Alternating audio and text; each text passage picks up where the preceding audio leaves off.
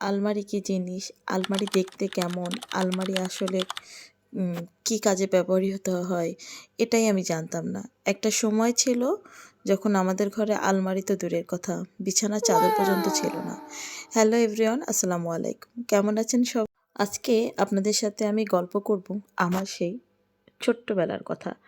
একেবারে ছোট ছিলাম তা কিন্তু নয়। কিন্তু বেশ বুঝতে পারতাম। কারণ আমাদের পাশের প্রতিবেশীদের বাসায় আমরা টিভি দেখতে যেতাম তখন। আর তখন তাদের বাসায় যেয়ে দেখতাম বিছানায় সুন্দর, সুন্দর চাদর বিছানো হয়। অথচ আমাদের বিছানায় শুধু একটা কাঁথা বিছিয়ে রাখা হয়।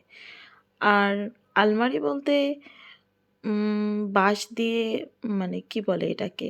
বেড়ার সঙ্গে পেরেক দিয়ে মেরে রেখে আ যেটাকে আ যেটাতে কাপড় আরকি আমরা ঝুলিয়ে, ঝুলিয়ে রাখতাম ভাঁজ করে।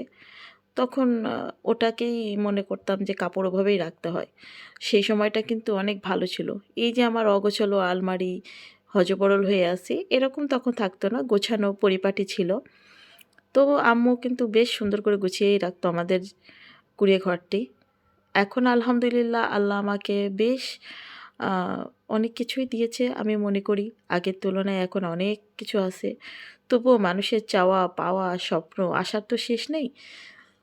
এই আরকি আমার জীবনে আসলে আলমারি কখনো আমি দেখবো ভাবতেই পারিনি। আর এত কাপড় এটা তো কল্পনাও ছিল না। যাই হোক আল্লাহ আমাকে যেটা দিয়েছেন আলহামদুলিল্লাহ এতে আমি অনেক বেশি খুশি। আমার আলমারিতে ছোট, ছোট ভেবেছিলাম চায়না তেলাপোকা হয়েছে। কিন্তু না, সবকিছু বের করে দেখি যে না সব ঠিকঠাকই আছে আলহামদুলিল্লাহ। আর এদিকে আমি সবকিছু বের করে এত বেশি কাপড়-চোপড় সব কোনটা কোথায় রাখবো? আমার মনে হয় এরকম আলমারি আরও ৪ টা আমার প্রয়োজন। তাতেও আমার হবে কিনা আমি জানি না। যাই হোক এইটাই আমি সুন্দর করে গুছিয়ে নিচ্ছি। আর অনেকদিন পরেই কিন্তু আমি আলমারিটা গোছালাম। আর আজকে আমি আলমারিটা কিন্তু পাশের রুম থেকে এই রুমে নিয়ে আসছি। আমার এই রুমটা টুকটাক করে আমার একটু সাজানোর ইচ্ছা আছে। যদিও এটা আমার নিজের ঘর না, ভাড়ার বাসা। আর ভাড়ার বাসা সাজাতে না ভয় লাগে। আজ আছি কাল নাই, কাল কী হবে এটা আসলে জানি না। তো সেইভাবে হয়ে ওঠে না গোছানো। আর গোছালেও যখন চলে যাই তখন মনটা ভেঙে যায় যে এটা আমার ঘর ছিল। এটা রেখে আমাকে আরেকটা ঘরে যেয়ে গোছাতে হবে।